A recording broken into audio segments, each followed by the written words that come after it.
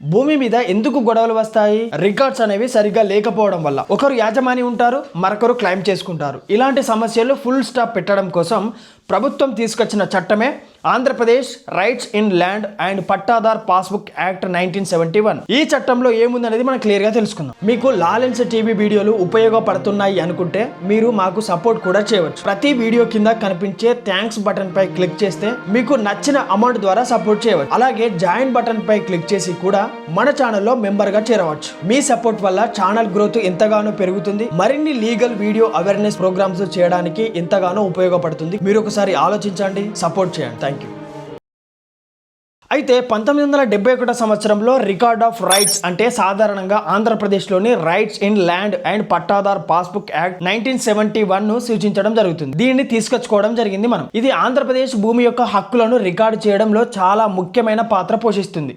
అయితే ఈ చట్టం ఎందుకు తీసుకొచ్చారు అంటే భూమి ఎవరిది, సాగు ఎవరు చేస్తున్నారు, ఎవరు అసలైన యజమాని, ఈ వివరాలు గవర్నమెంట్ దగ్గర క్లియర్గా ఉండడం కోసం ఈ చట్టాన్ని రూపొందించుకోవడం జరిగింది. అయితే ఈ చట్టం ఏం చెబుతుంది?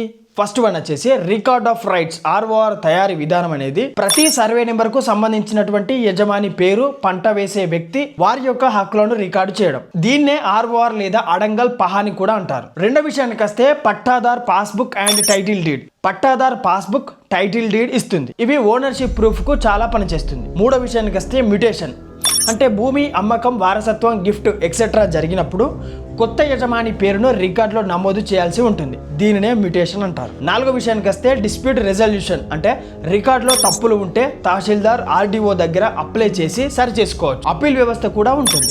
ఆరో విషయానికి వస్తే అప్డేటింగ్ రికార్డ్స్ అంటే ప్రతి మార్పు వెంటనే, ప్రతి రిజిస్ట్రేషన్ జరిగిన వెంటనే రికార్డును అప్డేట్ చేయాల్సి ఉంటుంది.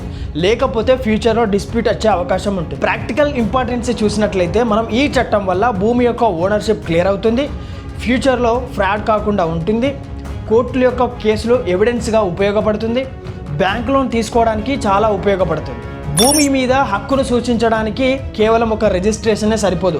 రికార్డ్ ఆఫ్ రైట్స్ ఆర్ఓఆర్ కూడా అంతే ముఖ్యంగా పనిచేస్తుంది. 1971 సంవత్సరంలో ఆర్ఓఆర్ చట్టాన్ని ఎందుకు తీసుకురావడం జరిగింది అనే విషయం గురించి మనం మాట్లాడుకుంటే 1971 సంవత్సరంలో తీసుకొచ్చినటువంటి Andhra Pradesh rights in land and pattadar passbook act 1971 భూమి యొక్క హక్కులలో ఉన్నటువంటి గందరగోళాన్ని తగ్గించడం కోసం ముఖ్యంగా దీన్ని తీసుకురావడం జరిగింది. ఇదే విషయం గురించి మనం ఇక్కడ క్లియర్గా తెలుసుకుందాం. 1971 ఆర్ఓఆర్ యాక్ట్ను ఎందుకు తీసుకొచ్చారు అనే విషయం గురించి మాట్లాడుకుంటే ఫస్ట్ వన్ వచ్చేసి భూమి యొక్క రికార్డులు గందరగోళంగా ఉండడం. అప్పట్లో పాత రికార్డులు అంటే కాసర పహాని, సేత్వార్ వంటి ఎక్సెట్రా రికార్డ్స్ అనేవి మనకు ఉండేవి. సరైన అప్డేట్ లేకపోవడం, ఎవరు యజమాని అనేది స్పష్టంగా ఉండేది కాదు. దాని ఫలితంగానే డిస్ప్యూట్స్ సమస్యలు ఎన్నో రావడానికి ఆస్కారం అయింది. రెండో విషయానికి వస్తే భూమి మీద తగాదాలు, ల్యాండ్ డిస్ప్యూట్, కుటుంబాల మధ్య గొడవలు జరగడం, పొరుగు వారితో గొడవలు, కొనుగోలు చేసిన వారి వాళ్ళతో కూడా డిస్ప్యూట్ ఏర్పడడం జరిగింది. కోర్టు కేసులు పెరగడం జరిగింది. అందుకోసం అని చెప్పి ఆర్ఓఆర్ యాక్ట్ అనేది తీసుకురావడం జరిగింది. అయితే ఇంతకు ముందు రియల్ ఓనర్ ఎవరు అనేది తెలుసుకోవడం చాలా కష్టమయ్యేది. ఒకరు సాగు చేస్తారు, ఒకరు ఓనర్షిప్ క్లెయిమ్ చేస్తారు. యాక్చువల్ ఓనర్ ఎవరు అనేది కన్ఫ్యూజన్ లో ఉండేది. నాలుగో విషయానికి వస్తే ఫ్రాడ్ అండ్ ఇల్లీగల్ ట్రాన్సాక్షన్ పెరగడం అంటే నకిలీ రిజిస్ట్రేషన్, డబుల్ రిజిస్ట్రేషన్. ప్రభుత్వం ఈ సమస్యలను ముఖ్యంగా కంట్రోల్ చేయాలనుకుంది. అందుకోసమనే 1971 ఈ చట్టాన్ని తీసుకురావడం జరిగింది. ఐదో విషయానికి వస్తే రెవెన్యూ అడ్మినిస్ట్రేషన్ అంటే ప్రతి భూమికి ఒక పవర్ రికార్డ్ అనేది ఉంటుంది. గవర్నమెంట్ దగ్గర క్లియర్ డేటా ఉండాలి, ల్యాండ్ మేనేజ్మెంట్ ఈజీ అవుతుంది. అందుకోసమని ఈ యొక్క చట్టాన్ని తీసుకొచ్చినట్టు మనకు తెలుస్తుంది. ఆరో విషయానికి వస్తే రైతులకు లీగల్ ప్రొటెక్షన్ ఇవ్వడం. రైతులు తమ హక్కులను ప్రూవ్ చేయలేక బ్యాంకు లోన్ కూడా సులభంగా రాకపోయేది. ఆర్ఓఆర్ ద్వారా ఓనర్షిప్ ప్రూఫ్ అనేది తెలుస్తుంది, పాస్బుక్ కూడా ఉంటుంది, లోన్ ఫెసిలిటీ అనేది పెరిగింది. ఈ విషయాన్ని అంతటిని కూడా ఒక లైన్ లో చెప్పుకోవాలనుకుంటే భూమి ఎవరిది అనే విషయం మీద క్లారిటీ తీసుకురావడం కోసం, డిస్ప్యూట్ తగ్గించడం కోసం, దాంతో పాటుగా రైతుల యొక్క లీగల్ ప్రొటెక్షన్ ఇవ్వడం కోసం 1971 ఆర్ఓఆర్ రికార్డ్ ఆఫ్ రైట్స్ అనేది ఆ యొక్క చట్టాన్ని అనేది తీసుకురావడం జరిగింది ప్రభుత్వాలు. అయితే 1971 ఆర్ఓఆర్ చట్టం అనేది భారతదేశానికి అంతటిగా ఉపయోగపడుతుందా లేదంటే కేవలం ఉమ్మడి ఆంధ్రప్రదేశ్కి మాత్రమే ఉపయోగపడుతుందా అనే విషయం గురించి మనం మాట్లాడుకుంటే 1971 ఆర్ఓఆర్ యాక్ట్ అనేది దేశమంతటికి లేక ఏపీకా అంటే Andhra Pradesh rights and land and pattadar passbook act 1971 ఈ యొక్క చట్టం భారతదేశం మొత్తం మీద వర్తించదు. ఎందుకోసం అంటే ఇది ఉమ్మడి ఆంధ్రప్రదేశ్ అంటే 2014 సంవత్సరం కంటే ముందు ఉన్నటువంటి ఆంధ్రప్రదేశ్ ఏదైతే ఉందో ఆంధ్రప్రదేశ్ రాష్ట్రం ఉన్నప్పుడు చేసుకున్నటువంటి చట్టం కాబట్టి రాష్ట్రానికి మాత్రమే చెందుతుంది. ఈ చట్టం అనేది ఒక స్టేట్ చట్టం. ఎందుకంటే ల్యాండ్ అనేది స్టేట్ సబ్జెక్ట్ కాబట్టి ప్రతి రాష్ట్రం తమ చట్టాలను చేసుకుంటుంది. రెండో విషయానికి వస్తే 1971 సంవత్సరం 1971లో ఈ చట్టాన్ని తీసుకొచ్చారని చెప్పుకున్నాం కదా.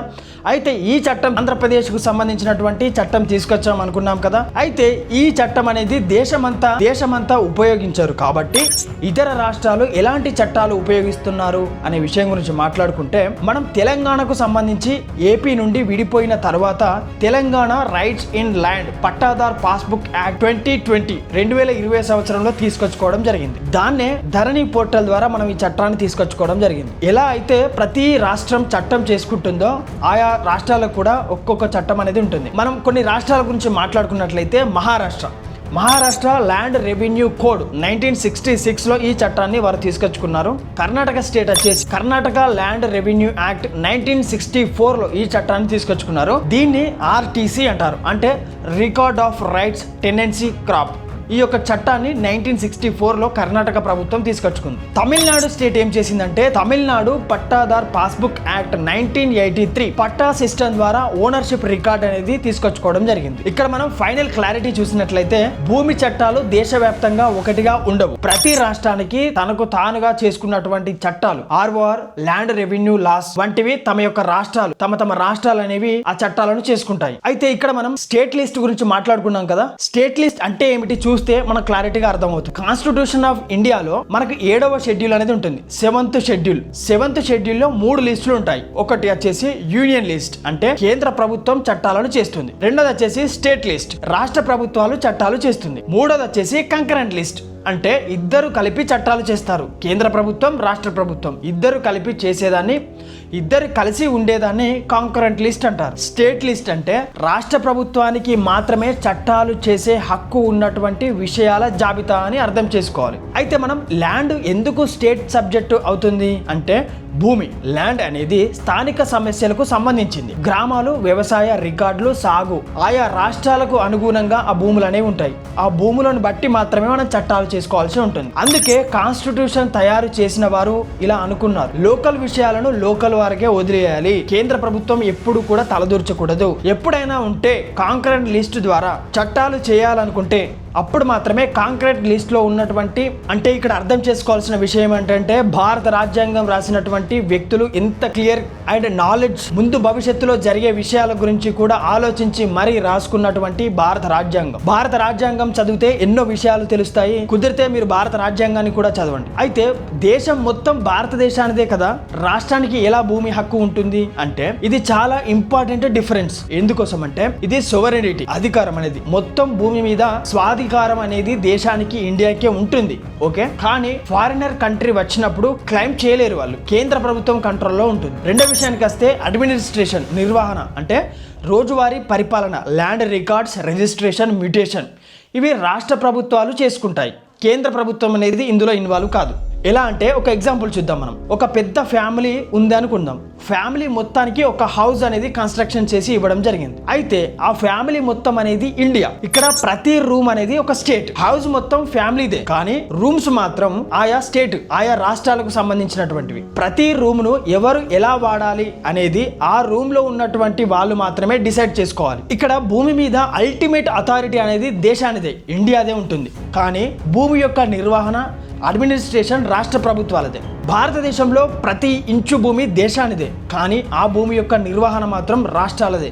అయితే మనం కాంకరెంట్ లిస్ట్ గురించి మాట్లాడుకున్నాం కదా. కాంకరెంట్ లిస్ట్ అంటే ఏంటిదో చిన్న లైన్లో చెప్తాను. కాన్స్టిట్యూషన్ ఆఫ్ ఇండియా ప్రకారం కాంకరెంట్ లిస్ట్ అనేది కేంద్రం ప్లస్ రాష్ట్రం ఇద్దరు చట్టాలను చేయగలిగే విషయం. కానీ కాన్ఫ్లిక్ట్ వస్తే సెంట్రల్ లా ప్రివైల్స్ ఆర్టికల్ 254 ప్రకారం ఉంటుంది. కాంకరెంట్ లిస్ట్ ఏం చేస్తుందనంటే కాంకరెంట్ లిస్టు కేంద్రానికి రాష్ట్రాలకు ఏం చేస్తుందనంటే ల్యాండ్ అక్విజిషన్ అంటే right to fair compensation and tenancy in land acquisition rehabilitation and resettlement act 2013 లో తీసుకొచ్చుకున్నాం మనం. అయితే ఇది ఏం పని చేస్తుంది అంటే ప్రభుత్వం పబ్లిక్ పర్పస్ కోసం ల్యాండ్ తీసుకోవడం, కంపెన్సేషన్ ఇవ్వడం, ఇది కాంకరెంట్ లిస్ట్ లో ఉంటుంది. కాబట్టి సెంటర్ కూడా లా చేయగలదు. అంటే ఒక ప్రాజెక్ట్ తీసుకొచ్చినప్పుడు కేంద్ర ప్రభుత్వం కానీ రాష్ట్ర ప్రభుత్వం కానీ ఒక పెద్ద ప్రాజెక్ట్ తీసుకొచ్చినప్పుడు భూమిని కోల్పోతున్నటువంటి వ్యక్తులకు న్యాయం కల్పించడం కోసం రిహాబిలిటేషన్ సెంటర్ని ఏర్పాటు చేయడం కోసం ఫేర్ కంపెన్సేషన్ అంటే తీసుకున్నటువంటి భూమికి సరైన విధంగా సరైన అవకాశాలు కల్పించడం, సరైన విధానమైన అమౌంట్ ఇవ్వడం కోసం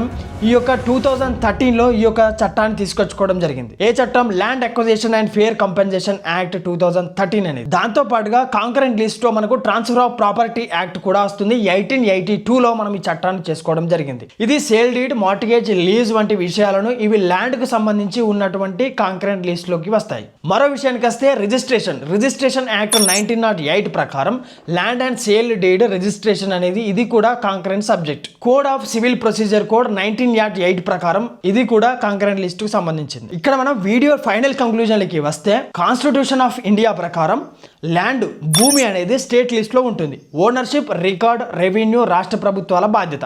ఇప్పటి వరకు మనం 1971లో వచ్చినటువంటి ROR చట్టం ఏం చెప్పింది, ఎందుకు వచ్చింది, ఏ ప్రభుత్వం ఉన్నప్పుడు మనకు ఈ చట్టాన్ని తీసుకురావడం జరిగింది, ఆంధ్రప్రదేశ్ ప్రభుత్వం తీసుకురావడానికి గల కారణం ఏంటి, ప్రతి రాష్ట్రానికి ఒక్కో చట్టం ఉంటుందా, లేదంటే ఆంధ్రప్రదేశ్లో చేసినటువంటి 1971లో జరిగిన చట్టమే భారతదేశం మొత్తం ఉపయోగిస్తుందా అనే విషయాల గురించి అన్నింటినీ కూడా మనం ఈ వీడియోలో మాట్లాడుకోవడం జరిగింది కదా. మరో కొత్త వీడియోతో మళ్ళీ కలుస్తాను. నేను మీ కొంగంటి రాజు ఫ్రమ్ లాలెన్స్ టీవీ నుండి. Thank you.